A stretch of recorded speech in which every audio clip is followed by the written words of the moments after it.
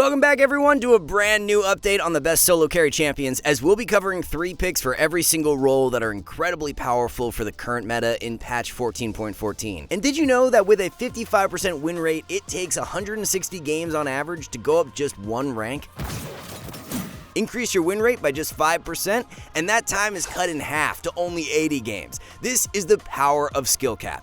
Each course offers a win rate increase that is just a click away.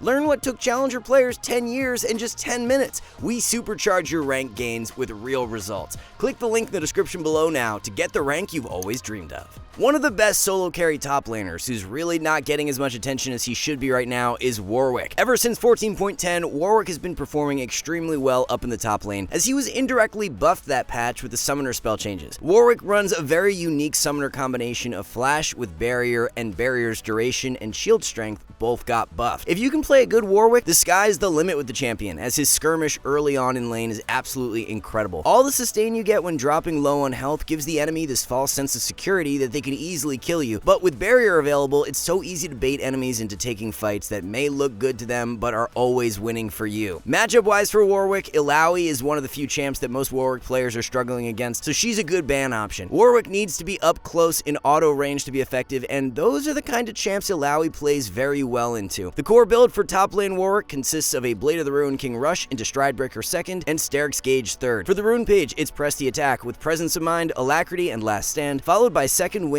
and Revitalize. No nerfs to Jack of all trades or Volibear for 14.14, so he remains a top tier solo carry champion. Volley is just an all around very reliable top lane carry right now, as he's pretty easy to pick up, doesn't have too many bad matchups, and scales incredibly well into the mid game with his meta build. The only matchup that a lot of Volley players have had more difficulties against in recent patches is Jax, and Jax is actually nerfed for this patch, so that's a win for Volley. Despite the nerf though, it's not going to fix why Volley struggles in the matchup, so Jax is still who we would recommend you ban out. A massive perk to Volley's core build is that it's super cheap compared to a lot of other bruiser builds. 2,600 gold for Rod of Ages and another 2,600 for Flicker Blades, which puts you at a total of 5,200 gold for 2 items. A bruiser like Jax, who builds Trinity Force into Sundered Sky, is paying 6,400 gold for those 2 items, so it's literally 1,200 gold cheaper for Volley's core build. This just allows you to hit your spike much quicker than most fighters, and it gives you a huge edge up in skirmishes for the early to mid game. Of course, the Jack of all trades synergy is another huge reason to why the build works so well, as you are able to get that 25 adaptive damage bonus from this build. The rune page that you need to be taking is Press the Attack, followed by Presence of Mind, Haste, and Last Stand. Optimal secondaries are Triple Tonic and Jack of all trades. And for the 3rd solo carry top of the patch, who's been a staple for a while now, is Set. Other than Volibear, Set is one of the best fighter top lane champs, and he only gets better for this patch with Rumble and Jax both being nerfed. Set has one of the best 3-item cores for any bruiser right now, as his ability to abuse Overlord's Bloodmail gives him a lot of strength. You just have so much durability and damage output, as a well-timed Set W in a teamfight can absolutely wipe out an enemy squishy's health bar. Ranged tops are who Set can run into more issues against due to lacking a gap closer, so banning out or dodging Vayne is a good idea. The best rune page is Conqueror with Triumph, Alacrity, and Last Stand, while Second Wind and Overgrowth are for secondaries. A lot of Set players continue to run Unflinching instead of Overgrowth, but especially with Overlord's Bloodmail being in meta, Overgrowth is way more valuable right now. A jungler who has slowly but surely been creeping back into meta for solo queue and cracking the top 3 for 14.14 is Udyr. 14.10 changes to jungle XP were really good for Udyr, as he's a champ who can farm quite quickly and really take advantage of that. We've seen a shift in build priority for Udyr over the past few patches, as more players have gravitated towards running Deadman's Plate as a core second pickup. It's a 2-item core of Liandry's and Deadman's that's working incredibly well for Udyr right now, as he has a bunch of sustained damage and tankiness. The ability max order that you should be playing with this build consists of R first into W second and E third. With the R max and Liandry's Rush, it's just a bunch of reliable damage that you're able to output with the champ, and gives you a very clear power spike to play off of. Lilia has actually been one of the few meta matchups that Udyr has had a negative win rate against in recent patches, so with Lilia nerfed in 14.14, that's a win for Udyr. Since being kited by CC is Udyr's main weakness, using your ban on a support like Janna or Lulu is good value. The optimal rune page for Udyr is Conqueror with Triumph, Haste, and Cut Down, while Freeboots and Approach Velocity are for secondaries. With so many AP junglers nerfed in recent patches, it's given a lot of indirect strength to Fiddlesticks. We'll even go as far as saying Fiddle is now the best AP jungler that you can play for solo queue, as Lilia, Brand, Karthus, and Talia are all significantly weaker. The champion is just so undervalued for solo queue because you give your team such an advantage just by locking in the champion. With Fiddle's gank threat at level 6, you force the enemy team to play more reserve, which gives your teammates teammates the ability to play more freely. If the enemy team does not respect your gank threat and plays up in lane, well, then it's just a free kill for you, as Fiddle's R gives him some of the best gank access for any champ. To be fair, even if the enemy team is playing safer back at tower, if they are lower on health, you can just look to dive them, so you've got the ability to impact games super well when R is available. The core build performing the best on Fiddle is a Liandry's Rush into Malignant's second and Zhonya's third. Banning out a peel support like Janna or Lulu is good value when picking Fiddle, as they can limit your ability to impact teamfights. For the rune page with Fiddle, Electrocute is now outperforming First Strike after all the recent rune changes, and you'll take inspiration for secondaries with Cashback and Cosmic Insight. And to round out the solo carry top 3 for jungle, we have Nocturne. If you have both Noc and Fiddle in your champ pool for jungle right now, then you're setting yourself up really well with a good AD and AP jungler. Noc doesn't have the same kind of teamfight impact as Fiddle, but his gank power at level 6 is just as good, if not better. Since Noc's power spike at level 6 is so big, you really want to focus on clearing your jungle as efficiently as possible. Unless your lanes provide some really nice gank setup early on, you should not be wasting time ganking unless all your camps have been taken. You can even look to start Raptors on Nocturne so that you can accelerate to your level 6 even quicker, which is something that our challenger analyst Hector highlights in his recent full game commentary for Noc that can be found on our website. Noc really wants to be able to access the enemy backline without any issues in the mid to late game, so banning out a peel support like Janna or Lulu is good value. The core build for Nocturne consists of a Stridebreaker Rush into Hexblade second and Black Cleaver third. For the rune page, grab Conqueror with Triumph, Alacrity, and Last Stand, followed by Eyeball Collection and Ultimate Hunter for secondaries. Back in the top 3 for mid lane for another patch, as one of the best solo carries is Vex. It's a pretty uneventful patch for mid with no meta shifting changes, so Vex remains a great solo queue pickup. LeBlanc priority continues to be very high for solo queue right now, and Vex is the best answer for her. Vex not only has the ability to completely shut down so many meta mids in lane, but her ability to snowball off of that is amazing as well. The pushing power of Vex is incredibly strong, so with any early advantage she has the option of either staying mid and looking for solo kills, or shoving out and playing for roams. At level 6, the skirmish strength of Vex is super high due to the reset from her R, and she's able to enter fights from a distance due to the spell's long range, so it allows her to follow up on her jungler's plays really well. It's longer ranged mages who Vex struggles against the most, and with Lux being one of the most played mages in solo queue, she's a good ban. Core build for Vex consists of a Luden's Rush into Shadowflame second and Zhonya's or Rabadon's third. Roll with Electrocute for the Keystone Rune, followed by Taste of Blood, Eyeball Collection, and Ultimate Hunter. Mana Flow and Transcendence are the best secondaries. A mid lane mage that you really can't go wrong with, and our second solo carrier of the patch, is Lux. What sets Lux apart from a lot of other mages and makes her a phenomenal champ for solo queue is the fact she can one-shot a target from long range. Just hitting one Q on a squishy target in the mid game can immediately lead to a kill with Lux, which gives you a lot of agency over how games play out. As long as you're playing around the fog of war and are focused on objective timers, finding picks with Lux and giving your team the numbers advantage will snowball into a lot of wins. Not only is Lux's mid-game catch power incredibly strong, but her early laning is pretty safe. Long range from E means that Lux can sit back and farm from distance in more difficult matchups, as it's quite hard to actually punish a Lux who spaces well. This allows you to be very consistent with your farm, and if you're hitting high CS levels with Lux on a regular basis, you're going to have great impact come the mid to late game. Core build for Lux consists of a Luden's Rush into Horizon Focus second and Rabadon's third. For the rune page, First Strike is still performing best for Lux, even though it is more underplayed. Rune is just very easy for Lux to consistently proc, so you get a lot of value out of it. And rounding out the top 3 for mid lane as the best assassin for yet another patch is Naafiri. Naafiri is just so powerful while being relatively easy to pick up, which makes her great for the average solo queue player. Laning strength was just heavily bolstered in patch 14.12, and the champ has been top tier ever since. A pretty crazy stat coming out of 14.13 consisted of Naafiri winning over 57% of the time in the LeBlanc matchup. That's just an unprecedented stat line that you very rarely see, and with LeBlanc being the most popular solo queue champ right now, it makes having Naafiri in your champion pool really valuable. Naafiri has also been winning upwards of 55% against Sylas and Akali, who are quite popular for solo queue as well. One matchup you will want to try and avoid when picking Naafiri is Vex, as her Fear does a good job at shutting down Naafiri's engage. The core build for Naafiri revolves around an Eclipse Rush into Profane Hydra second, and it's situational from then on out. We've been seeing a lot more Comet as of recent on Naafiri, especially in the higher elos, and it is winning at a pretty equal level to First Strike. You just have more early game poke power when running Comet, so the kill threat and snowball potential in lane is higher. Cracking the solo carry list for the first time in a while as a result of her recent 14.13 buffs is Miss Fortune. The buffs ended up boosting MF's overall win rate by just under 4%, so they've been extremely impactful. It's not just the buffs that have provided Miss Fortune with more strength though, as her new meta build is a big factor as well. Players have stopped rushing the Collector on Miss Fortune and are instead taking Bloodthirster. Bloodthirster coupled with Barrier for your secondary summoner spell gives Miss Fortune a lot of added durability and gives you more margin for error. It's just a raw AD build with Essence Reaver and Infinity Infinity Edge being the second and third pickups. We're back to Press the Attack being the most optimal keystone rune for MF, with Presence of Mind, Bloodline, and Coup de Grace, while Free Boots and Biscuits are for secondaries. There isn't really an ADC you gotta worry about banning when picking MF right now, so using your ban on a meta dive champ like Zed is good value, especially with him getting buffed. A bit of a shock that there were no Kai'Sa changes in 14.14, as the champ has over a 30% play rate in solo queue. And for good reason though, as Kai'Sa has become a lot stronger now that players have shifted over to rushing Shiv and abusing Barrier. You have so much skirmish strength with Kai'Sa at level 6, as the shield from Barrier combined with your R shield makes her quite difficult to take down. With a lot of these CC bot supports in meta who are rushing Warmogs, it's even better for Kai'Sa right now, as she loves playing with melee supports as they help her proc her passive damage much faster. Kai'Sa being a shorter ranged ADC is going to struggle a bit more in lane against the longer range picks, so with Ashe being quite strong in meta right now, she's a good ban. 3-item core that you're working towards with Kai'Sa consists of a Shiv Rush into Rage Blade second and Nashor's Tooth third. Run Press the Attack for the Keystone rune with Absorb Life, Alacrity, and Cutdown, followed by Free Boots and Biscuits for secondaries. The ADC changes this patch are pretty insignificant, so you can expect Jinx to remain a top tier pick. It's just Aphelios who's buffed, while Corki and Trist are being nerfed, so that's going to have no influence on Jinx's solo queue strength. Kai'Sa really excels in skirmishes, MF has a really great team fight, but if you want an ADC who can do a little bit of both, Jinx is the way to go. Jinx has some really great follow-up potential when paired with a melee support due to her lockdown from E and execute from R, so with a ton of melee supports in meta, she's faring quite well. Jinx doesn't mind playing with enchanters either though, as her mid-game team fight with an enchanter by her side can be really powerful. Banning out any meta dive champ is always a good idea when playing an ADC who lacks a gap closer like Jinx, so Zed is a good option right now. Build you should be running on Jinx revolves around a Kraken Slayer rush into Phantom Dancer second and Infinity Edge third. Take Press the Attack for the Keystone rune if you are with a melee engaged support or mage, while Fleet Footwork is better value when paired with an enchanter. With many melee supports indirectly nerfed for this patch due to the Warmogs changes, it should bring rise to an already strong enchanter, being Nami. We've had Nami rated very highly ever since her buffs from a few patches back, and her priority gets even higher moving forward. You have some really great early game impact with Nami due to her reliable sustain and damage coming out of W. The spell is pretty straightforward to use, but offers up a lot of value. Imperial Mandate Spike is really big for Nami, as it adds a bunch of bonus damage to her skirmishes. You've got a lot of options for second items on Nami, but Shirelia's is the one that you really can't go wrong with. Nami does not have a negative win rate against very many supports in solo queue, but one matchup she does is Blitzcrank. Blitz is a good ban if you intend on picking Nami, as his instant catch strength gives you a lot less margin for error. Nami really wants to take even or winning trades and then just heal up with her W over time, but against Blitz, since you can just die instantly, that plan is more difficult to execute. Rune Page for Nami consists of Airy with Mana Flow, Transcendence, and Scorch, while Bone Plating and Revitalize are for secondaries. The best melee support for solo queue, who is going to remain on top for 14.14, is Poppy. While many other melee supports are tied down to the Warmogs rush, giving them a lot of power, Poppy buys Warmogs as a second item, so the nerf literally does not affect her. Riot's increasing the amount of bonus health you need in order to activate Warmog's passive from 1300 to 1500 health, but since you'll already have Deadman's completed, which gives 300 health, you won't have to worry about this nerf at all. Deadman's Rush with Swiftness Boots provides Poppy with a ridiculous amount of movement speed, and movement speed as a stat is just so valuable in solo queue, especially on a support. You want to be able to move around the map quickly to get vision down and then rotate to either flank or participate in skirmishes, and this build really enables that. When you take a look at the most popular supports for solo queue right now, Poppy does a really good job at nullifying their strength. Leona is the most played support right now, and with Poppy's W, she can block Leona's engage from E. It's just the peel supports who are more annoying to play against with Poppy, so banning out Janna is a good idea. The Keystone rune that you'll want to take is Hail of Blades, followed by Sudden Impact, Zombie Ward, and Relentless Hunter. Roll with Hex Flash and Cosmic Insight for secondaries. One support who's been seeing more play as of recent, but is still quite undervalued, who actually has a ton of solo carry potential, is LeBlanc. LeBlanc's support is actually quite popular over in Korea right now, and has become stronger as of recent due to the Electrocute buffs. Both the damage and cooldown of Electro were buffed, so it's added to LeBlanc's early kill threat. Cooldown of Electrocute is now 20 seconds, and LeBlanc is able to take full advantage of this quicker window. With LeBlanc's support, you want to try and acquire brush control, and then look to poke away at the enemy ADC when they are going for last hits. It's pretty difficult for the enemy's support to punish you when you're looking to trade, as you just snap back to W before they can do anything meaningful. It's all about playing around the Electrocute cooldown, as whenever it's up is when you want to be trying to trade. Here's a look at the full rune page, as you're going for as much early game damage as possible by taking Scorch as one of your secondary runes. You're going to be building LeBlanc's support exactly how you would for mid lane with Eludence Rush into Shadow Flame second, while Realm Spike is the item upgrade. Matchup wise for LeBlanc support, she does struggle more against supports who have shields and peel power, so banning out Lulu or Janna is a good idea. Alright guys, one last thing, our rank up guarantee is insane. It's like signing up for the gym and getting a a refund if you don't get ripped. That's how confident we are in SkillCapped. We obsess over making the best guides with top players, rigorous testing, and top-tier video editing to make your climb easy. If you're ready to level up, visit SkillCapped.com and see the difference. So that's going to wrap everything up for our latest edition of the best solo carries. Thank you guys so much for watching, and we'll see you back soon.